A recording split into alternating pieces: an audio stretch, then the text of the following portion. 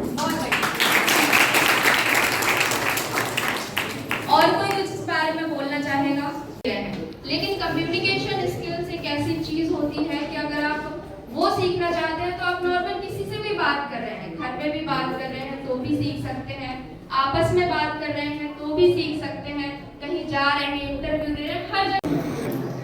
मतलब है ही नहीं, सबकी लाइफ में बहुत अच्छे लोग हैं, किसी की लाइफ में कोई बोर करने वाला नहीं है।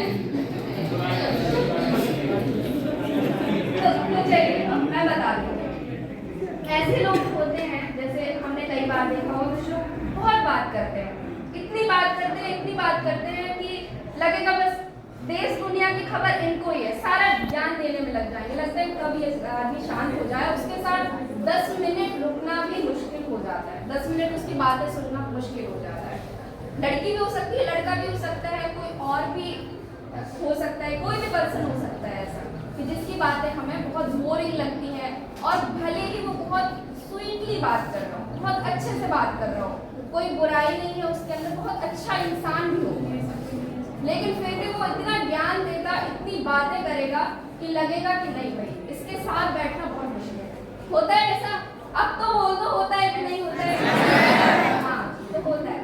तो उनसे भी हमें बहुत कुछ सीखने को मिलता है, बल्कि सबसे ज्यादा मैं कहूँगी उन्हीं से सीखने को मिलता है। ऐसा क्यों होता है? हमें उन पे ये ध्यान देना है कि वो लोग ऐसी क्या गलतियां कर रहे हैं जो हमें नहीं करनी है।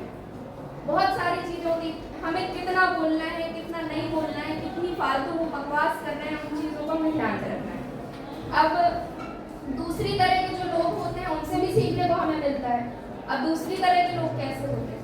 दूसरी तरह के लोग होते हैं जो दूसरों की बातों को बीच में काट देते हैं। अगर मैं आपको कोई चीज बता रही हूँ, बात कर रही हूँ, अरे मेरे घर में ऐसा हुआ था, इतना लंबा सांप निकला 10 मीटर का, ठीक है, वो कह रहा है मेरे यहाँ 20 मीटर का। तो ऐसे लोग होते हैं, ऐसे लोग भी किसी को पसंद नहीं होते हैं। किसी की बात पहले भाई सुन तो लो, कैसा सांप था उसका, है ना, कितना बड़ा सांप था भी कि नहीं था, झूठ बोल रहा है, पूरी बात तो सुनो, नहीं अपनी बात को बीच में रखना।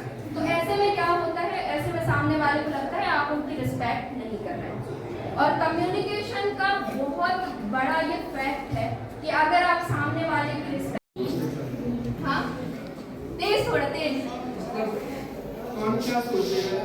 हाँ कौन क्या सोचेगा? कोई कुछ भी सोचता है और कभी भी सोचता है। आप पूछोगे तब भी सोचेगा, आप नहीं पूछोगे तब भी सोचेगा। अब इतने सारे लोग बैठे हुए, मैंने 4 बार कहा उठ के आइए, अब आप उठ के आए, तो इन लोगों ने कुछ तो सोचा होगा।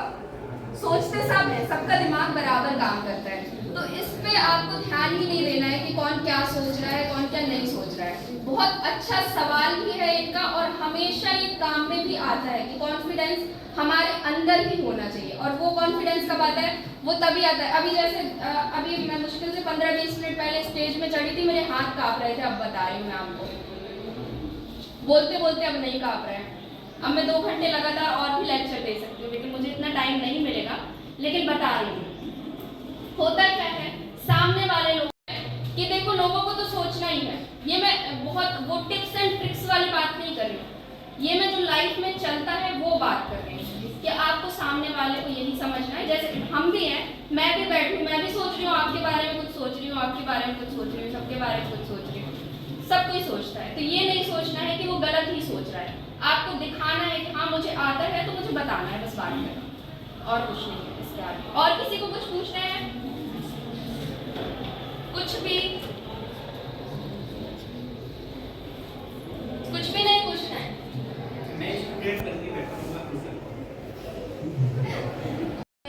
मैं अपने सवाल ही भूल गई, मुझे क्या पूछना है। सबके साथ होता है ऐसा, बहुत नॉर्मल सी चीज है, होगा, ये हमें एक्सेप्ट करना पड़ेगा कि ये होता ही है और होगा, और सबके साथ ही होगा।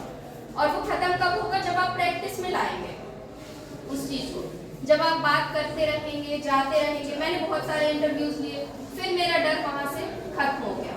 धीरे धीरे मैं लोगों के सामने बात भी करने लगी, स्टेज पे जाने से भी मुझको डर नहीं लगता था। अभी तो आप लोग बहुत कम लोग हैं। FM में जब मैं जाती थी तो वहाँ पे लगभग 300 साढ़े 300 लोग एक टाइम पे, जब कोविड हुआ करता था, तो गांव में जाके लोगों को ऐसे लोगों को समझाना पड़ता था जिनको ये भी नहीं समझा पाती थी मैं कि कोविड होता क्या है, बहुत परेशानी होती थी। तो कम्युनिकेट करते करते ही वो चीज़ें आती हैं, वो एक नॉर्मल से प्रोसेस ही है, वो डर लगता ही है। संतुष्टि,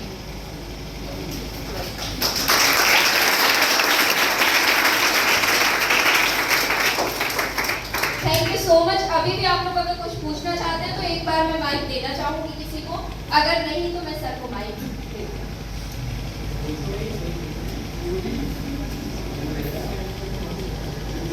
sir please. Thank you so much, thank you.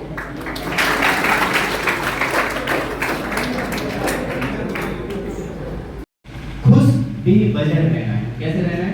बेवजह रहना। तो ये टिप्स एक्चुअल में इफेक्टिव भी है और यही कारगर है, इसके अलावा कोई टिप्स नहीं है। तो मैं भी इस बात से एग्री हूँ। दूसरी बात आपने बताया था कि कम्युनिकेशन का और पब्लिक स्पीकिंग में अगर आपका फियर है, इसको दूर करने का एक ही तरीका होता है, वो होता है प्रैक्टिस। क्या होता है? प्रैक्टिस। इसका कोई भी शॉर्टकट नहीं है। अगर आप शॉर्टकट ढूंढने जाओगे तो नहीं मिलेगा। लेकिन जैसे मैंने बहुत सारी टिप्स आपके साथ शेयर की थी कि आप डीप ब्रीथिंग करना या मेडिटेशन करना या बहुत सारी शायरीज याद करके आना या फिर कोई एक्टिविटी कराना, तो आपका ये फियर दूर हो जाएगा। सिखाया था ना कि अल्टरनेट है, ये कई बार काम नहीं करेगा लेकिन काम क्या करेगा? प्रैक्टिस। वो कैसे होगी?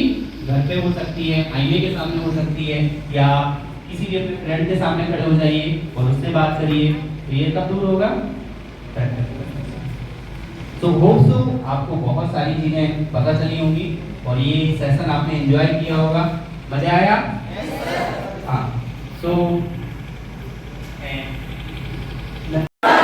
I can और जोर से I can never give up never cheat। ये मैंने जो करा है